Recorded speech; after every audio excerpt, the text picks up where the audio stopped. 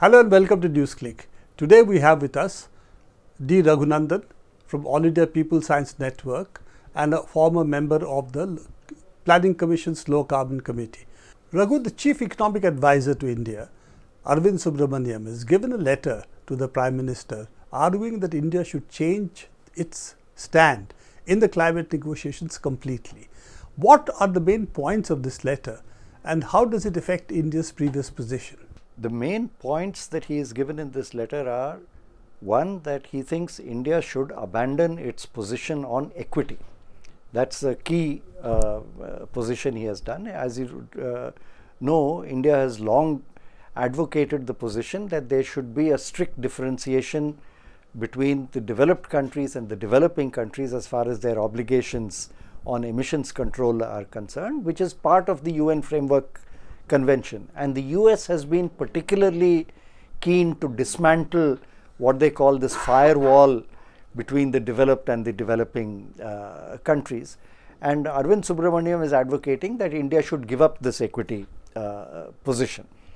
The argument he is advancing is particularly interesting because he is not arguing that the position is incorrect. He is arguing that this is not an argument that will sell. Particularly to the US and the advanced countries, and therefore India should give up the position in order to appear a good boy in the international negotiations. So that's one key position.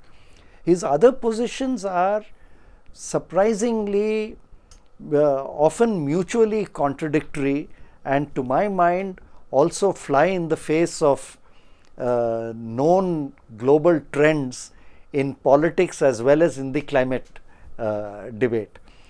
He has argued, for example, that the adaptation issue has been overplayed, particularly by India. He has argued that India should drop out of the race as far as finances are concerned, that India should not claim any financial costs for any mitigation that it accepts, which may or may not be accepted by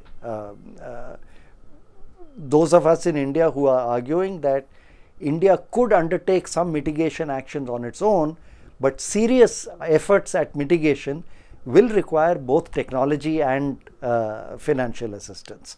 So that's the second position. Thirdly, he seems to be arguing somehow that India's long-term geopolitical status will call for a shift in India's position, essentially that India should abandon its traditional allies in the least developing countries, the Africa group, and that India should give up its alliance with the BRICS countries, which means that then India should put all its eggs into the basket of the developed countries. There doesn't seem to be any logic to this, either in terms of India's emissions profile or in terms of India's socio-economic profile or demography.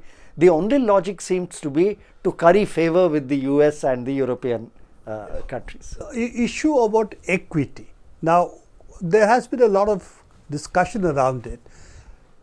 India has always held in the climate change negotiations, this equity issue is not only related to per capita current emissions, also historical emissions. Right.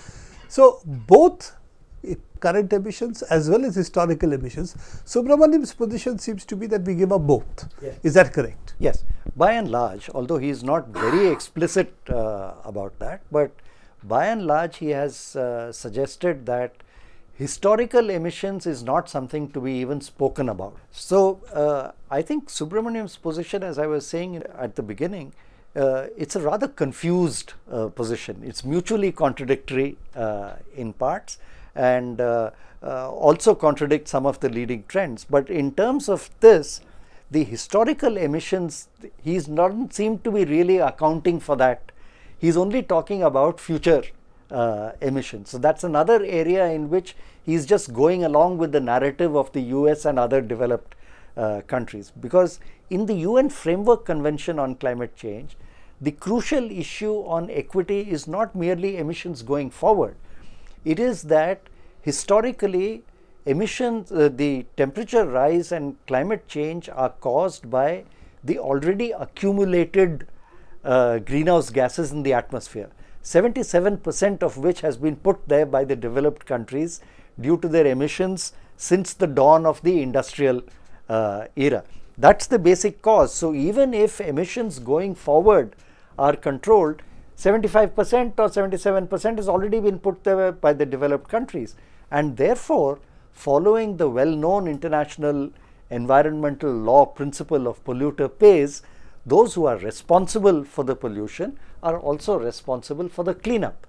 And that is why the onus has been placed on the developed countries to cut their emissions firstly, and to make payments to meet the costs of adaptation or to cover the damages caused by climate change. Arvind Subramanian's letter ignores this aspect entirely and talks only about future emissions, and even there he doesn't think that the equity argument is really applicable, that we should just go ahead and do what is necessary in order to be part of the big boys club. And big boys in this case being the United States, essentially. He's also talked about the UN Security Council seat, which already the US is on record in the United Nations opposing. So essentially this is currying favor with hopes in future of securing something which we don't know what it's going to be all about, but giving up the positions that you already have and also all your allies. Is that correct? That's right. That's his position. And what surprises me is he's advocating giving up the alliances which India has had with the Africa group and with the least developed countries. Unfortunately, in fact, India has for long already diluted those relationships in the climate negotiations, and we have been at the receiving end of quite sharp criticism from the LDCs, from the small island states, from Copenhagen onwards, because we seem to have gone along with this idea of forming common cause with the developed country bloc rather than going with this. But when it comes to discussing India's emissions, we hide behind the least developed countries and the Africa group to say we are also a developing country which targets should not be applied. Whereas what the least developed countries, the Africa group and the island nations are saying is that India also does need to take on greater responsibility and truly act as a champion not only of the interests of the least developed countries, but also to ensure that global targets meet the 2 degrees C goal. And India has failed miserably at that, not only in its own terms, but by failing to put any pressure on the Americans in particular to take on more serious emission mitigation targets than it has. And India has failed in doing that. Arvind Subramanian's letter is also completely silent. Of course, he's going to be silent because he doesn't want India to put any pressure. His letter is all about how India can make common cause with the Americans in the climate thing in order, as you suggest, to cement some kind of special relationship with the United States. It's also interesting that as a fellow of the Peterson Institute, he had written to the US committee looking at 301 that India should be proceeded against in WTO trade dispute body, taking India to task for its intellectual property right protection. Now it's interesting that basically that's what provides cheap medicine not only to Indian people but also large part of the world.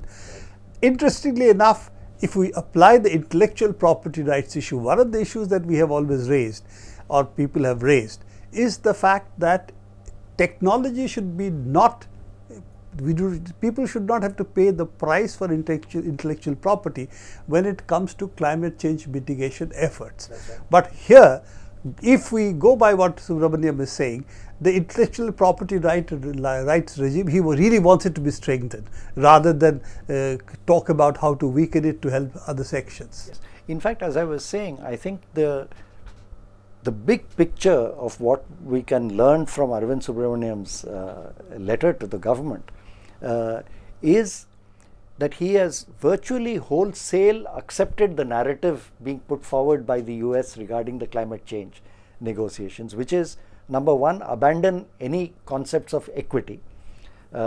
It's considered a fair narrative to say, you also reduce emissions, we also reduce emissions. You can do slightly more, we can do slightly less. That's about it. So that's the first. Secondly, the US is pushing the negotiations towards Paris more and more to purely focus on mitigation, not to discuss adaptation, not to discuss loss and damage, and technology is virtually being put on the back burner. That it's not a subject that's coming up at all because it's to do with IPR, it's a more complex issue, it's really not part of these negotiations on climate, it has to be dealt with somewhere else. This is almost a wholesale acceptance of the US narrative in the climate change negotiation, and that's what Arvind Subramanian has been pushing. US also has made some promises to reduce its emissions by 30% going up to 2030. How serious are they, and how do they square up to what US really needs to do as per even the Kyoto earlier protocol that was there? In terms of negotiations to Paris, for Paris, this announcement by the US is nothing new at all. Contrary to the noises coming out of the White House and out of liberal media in the US that this is some kind of a breakthrough announcement by President Obama, that this is going to not only change US climate policy dramatically, but is also going to put pressure on other countries to up their commitments.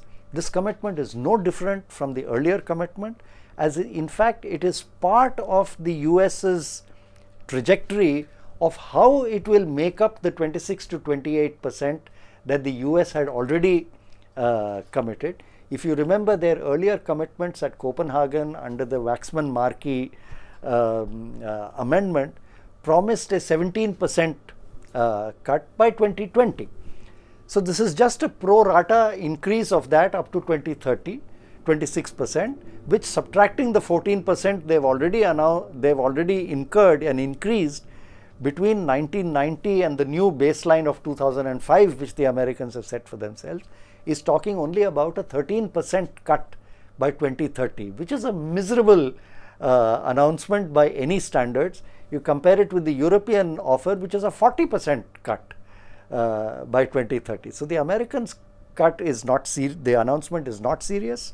It does not go beyond any cut that they have said earlier. It only in fact spells out how America will achieve the cut that they had earlier announced. It's nothing additional. The only thing I'll say for it is, the flip side of that is, from the international perspective, I think it's a complete non-starter. It makes no impact whatsoever. But it looks within the domestic American context as having set a different momentum to discussions on climate change within the US, and of course given the election season which is already on, it will change some of the dynamic of the discussions on climate change within the US. Thank you very much, Raghu. We'll continue to watch what happens in the climate change negotiations, particularly with the run up to Paris. Thank you very much.